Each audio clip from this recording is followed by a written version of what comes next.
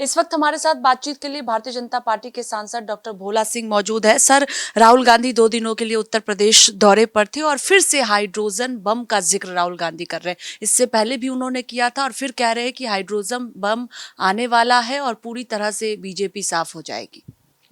देखिए, राहुल गांधी जी ने अपने संसदीय क्षेत्र में जाके जो खुलासा किया है कि राहुल गांधी जी अब बीजेपी और बीजेपी के नेताओं को ख़त्म करने के लिए हाइड्रोजन बम तैयार कर रहे हैं। उन्होंने सारे षड्यंत्र बीजेपी के खिलाफ, माननीय प्रधानमंत्री जी के खिलाफ, संविधान को लेके, अन्य विषयों को लेके जनता को गुमराह करने का काम किया। लेकिन अब उनको लग रहा है कि जनता में उनकी पेश नहीं जा रही है। लगातार तीसरी बार देश की जनता ने माननीय मोदी जी को, भारतीय जनता पार्टी, एनडीए गठबंधन को तीसरी बार मैंडेट दिया सत्ता में मोदी जी को प्रधानमंत्री बना के। अब राहुल गांधी जी की सत्ता से दूरी इतनी बौखलाहट में बदल गई है कि वो हमारे नेताओं को, हमारी पार्टी को ख़त्म करने के लिए बम बनाने पर तैयार हो गए।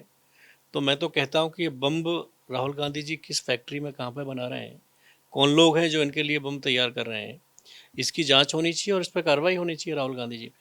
राहुल गांधी ये भी कह रहे हैं कि वोट चोरी करके सरकारें अलग अलग प्रदेशों में बनाई जा रही है, खुलासा करने वाले हैं वो जल्द ही। तो थोड़ा राहुल गांधी जी ये बता दें कि हिमाचल में इन्होंने सरकार किस तरीके से वोट चोरी करके अपने प्रदेश में बनाई है, कर्नाटक प्रदेश में इनकी सरकार बनी है, किस तरीके से वोट चोरी इन्होंने की, तेलंगाना में इनकी सरकार है तो इन्होंने वहाँ किस तरीके से वोट चोरी करके सरकार बनाई है, आप झारखंड में इनके गठबंधन की साथ में सरकार है, वहाँ कैसे वोट चोरी इन्होंने की है। तो थोड़ा राहुल गांधी जी भी बताएं।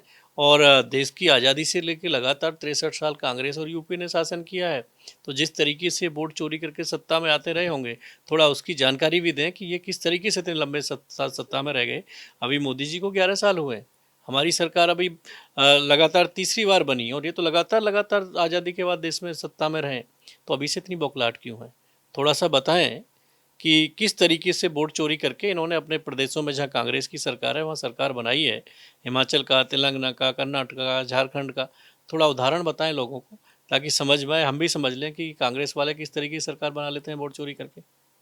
सर, रायबरेली में दिशा की बैठक हुई, इसमें खूब बवाल देखने को मिला। मंत्री दिनेश प्रताप सिंह और राहुल गांधी के बीच खूब कहासुनी हुई, अमेठी के सांसद को बीच में आना पड़ा। इससे पहले भी दिशा की बैठक में जो है वो जो तस्वीरें वीडियो सामने आए थे, देखा गया था कि कहासुनी देखा गया था दोनों के बीच में, राहुल गांधी और दिनेश प्रताप सिंह के बीच में। किस तरह से वहां पर आप देख रहे हैं दिशा की बैठक में जो देखिए, बवाल? किसी भी व्यक्ति को, राहुल गांधी जी रायबरेली के सांसद हैं और भारत की संसद के नेता प्रतिपक्ष भी हैं। राहुल गांधी जी दोहरा चेहरा जनता के सामने कैसे लेके आ सकते हैं। अभी संसद का मानसून सत्र चला और उसमें इतने महत्वपूर्ण बिल हमारी सरकार लेके आई, और युवाओं के लिए सबसे महत्वपूर्ण, तो युवाओं के लिए जो ऑनलाइन गेमिंग सिस्टम से युवा बर्बाद हो रहे हैं देश के, वो बिल हमारी सरकार लेके आई। और सरकार ने आग्रह किया, लोकसभा ने आग्रह किया विपक्ष से, राहुल गांधी जी से, कि आप आइए और आके इसमें चर्चा कीजिए ताकि देश के युवाओं को बर्बाद होने से बचाया जा सके। लेकिन इन लोगों को ना देश के युवाओं की चिंता है, ना महिलाओं की चिंता है, ना गरीबों की चिंता है। इनको बस आपत्ति है कि देश की जनता मोदी जी को बार बार प्रधानमंत्री क्यों चुन रही है, क्यों उनको सत्ता में आने का अवसर दे रही है। इनकी दलाली की दुकानें बंद हो गई हैं, जो भ्रष्टाचारी लोग करते थे वो दुकानें बंद हो गई हैं।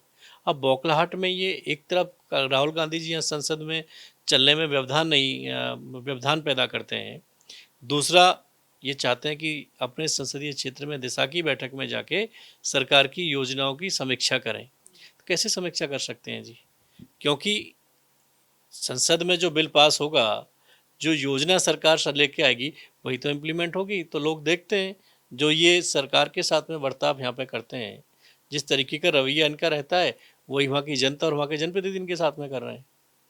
आखिरी सवाल है, एक तरफ राहुल गांधी हाइड्रोजन बम का लगातार जिक्र कर रहे हैं, दूसरी तरफ समाजवादी पार्टी के प्रमुख अखिलेश यादव अपने कार्यकर्ताओं को नसीहत दे रहे हैं कि बीजेपी से सावधान रहे, चुनाव में धांधली का आरोप आपकी पार्टी पर लगा रहे हैं लगातार। देखिए, अखिलेश जी की सरकार लगातार उत्तर प्रदेश में शासन, कई बार माननीय मुख्यमंत्री नेताजी बने, अखिलेश जी भी मुख्यमंत्री रहे। तो ये जो धांधली का विषय आता था, ये जो गड़बड़ी का विषय आता था, हम देखते थे, बचपन से देखते आ रहे हैं कि जहाँ समाजवादी की सरकार होती थी तो बूथ कैप्चर करके लोग वोट डलवाते थे, बेचारे गरीबों को, महिलाओं को वो बूथ तक पहुँचने नहीं देते थे। तो ये तो हथगंठे इनको पता हैं कि किस तरीके से बूथ कैप्चर होता है, किस तरीके से सत्ता में आया जाता है। ये भारतीय जनता पार्टी केस नहीं है। भारतीय जनता पार्टी का कार्यकर्ता तो जनता में हाथ जोड़ के निवेदन करता है, वोट डालने की अपील करता है, वो बूथ पे जाके लोग वोट डालते हैं, मतदान करते हैं। और जिस तरीके से पिछले 11 सालों में माननीय मोदी जी के नेतृत्व में देश के हर गरीब को उसके जीवन की आवश्यकताओं के लिए सरकार ने योजना बना के लाभ दिया है। अब देश की जनता में, प्रदेश की जनता में मोदी जी और भाजपा बसी हुई है, तो उनको तो अखिलेश जी निकाल नहीं सकते। ये उत्तर प्रदेश की जनता को तय करना है कि 27 में किसको मुख्यमंत्री बनना है।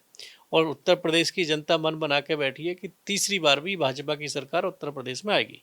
बहुत शुक्रिया बातचीत के लिए। कैमरा पर्सन सचिन के साथ स्वाति पाठक, भारत समाचार, दिल्ली।